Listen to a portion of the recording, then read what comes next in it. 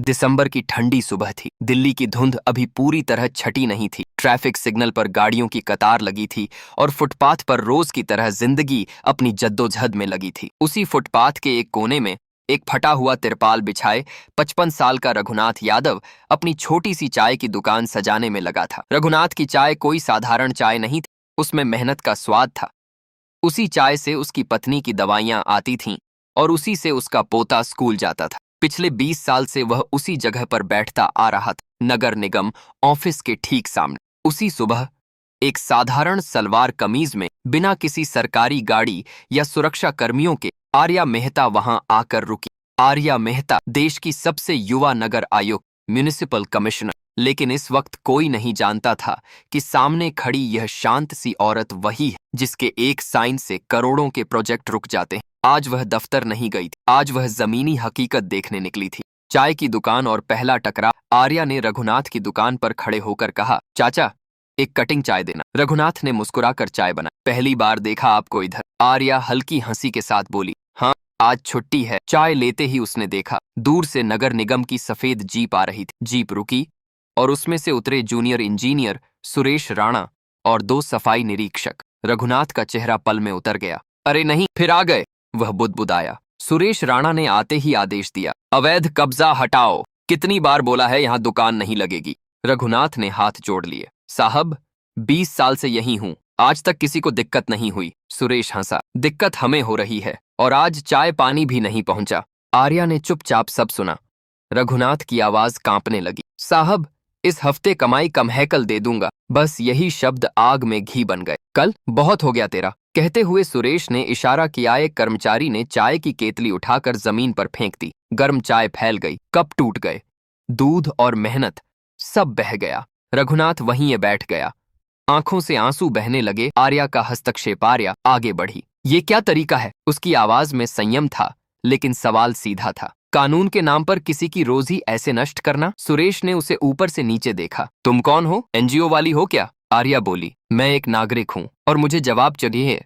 बहुत बोलती हो, निकलो यहां से। नहीं, आर्या ने कहा, गलत हो रहा है। बस यही शब्द भारी पड़ गए। सुरेश ने गुस्से में आकर आर्या का हाथ पकड़ लिया। बहुत शौक है हीरो बनने का। भीड़ जम गई लेकिन कोई कुछ नहीं बोला। अगले ही पल एक जोरदार थप्पड़। आर्या लड़खड़ा गई। सन्नाटा। उसके कान बज रहे थे लेकिन दिल उससे ज्यादा जोर से धड़क रहा था। थाने की ओर ले जाओ इसे, सुरेश चिल्लाया। सरकारी काम में बाधा। आर्या ने तब भी अपनी पहचान नहीं बताई। जीप में बैठते वक्त उसके दिमाग में एक ही सवाल था, जो लोग रोज पकड़े जाते हैं उनके साथ क्या होता होगा। थाने में उसका स्वागत एक बदबूदार हवालात ने किया। अंदर पहले से 2 महिलाएं थीं, कमला जो मजदूरी का पैसा मांगने गई थी और हंगामा का केस झेल रही थी नजमा, जिस पर गलत तरीके से दुकान चोरी का आरोप लगाया गया था। कमला ने पूछा, तुझे किस जुर्म में लाई हैं बहन? आर्या बोली, सवाल पूछने के जुर्म में। कमला हंस दी, कड़वी हंसी। यहाँ वही सबसे बड़ा गुनाह है। दबाव और डर। शाम होते होते सुरेश थाने पहुंचा। साइन कर दे, उसने कागज आगे बढ़ाया। और घर चली जा। आर्या ने पढ़ा, नशे में हंगामा, सरकारी कर्मचारी से बदसलूकी, मैं झूठ पर साइन नहीं करूंगी। सुरेश की आंखों में नफरत उतर आई। फिर रात लंबी होगी। उसने जानबूझकर महिला कांस्टेबल को बाहर भेज दिया। आर्या को पहली बार डर लगा लेकिन उससे बड़ा था गुस्सा। तुम लोग कानून नहीं हो, उसने कहा, तुम उसका गलत इस्तेमाल हो। मध्यरात के करीब 11 बजे अचानक थाने का दरवाजा खुला। डिप्टी कमिश्नर कपूर अंदर आए। यहाँ क्या हो रहा है? आर्या ने पहली बार राहत की सांस ली। सर, उसने कहा, एक महिला को गैर कानूनी रूप से हिरासत में रखा गया है। कपूर ने उसे ध्यान से देखा। उसकी भाषा, उसका आत्मविश्वास, कुछ तो अलग था। सुबह मजिस्ट्रेट के सामने पेश करना, कपूर ने कहा, कोई बदतमीजी नहीं। अगली सुबह सच सामने। सुबह होते ही थाने के बाहर मीडिया जमा थी। आर्या को छोड़ा गया। सुरेश ने घमंड से कहा, अब निकलो, ज्यादा हीरो मत बनो। आर्या रुकी। उसने जेब से फोन निकाला। मुख्य सचिव को लाइन पर लाओ, उसने शांत स्वर में कहा। फोन स्पीकर पर था। सर, मैं आर्या मेहता बोल रही हूँ। मैं इस समय सिविल लाइंस थाने में हूँ। कल रात मुझे यहाँ अवैध रूप से हिरासत में रखा गया। थाने की हवा जम गई। फोन से घबराई आवाज आई, मैडम आप? आर्या ने सुरेश की तरफ देखा। अब पहचान बताने का समय है। वह सीधी खड़ी हुई। मैं इस शहर की नगर आयुक्त हूँ। अंजाम 30 मिनट में। सुरेश राणा सस्पेंड। थाने के जिम्मेदार अधिकारी लाइन हाजिर। घुनाथ को मुआवजा, कमला और नजमा को रिहाई। FIR दर्ज। मीडिया कैमरे चमक रहे थे।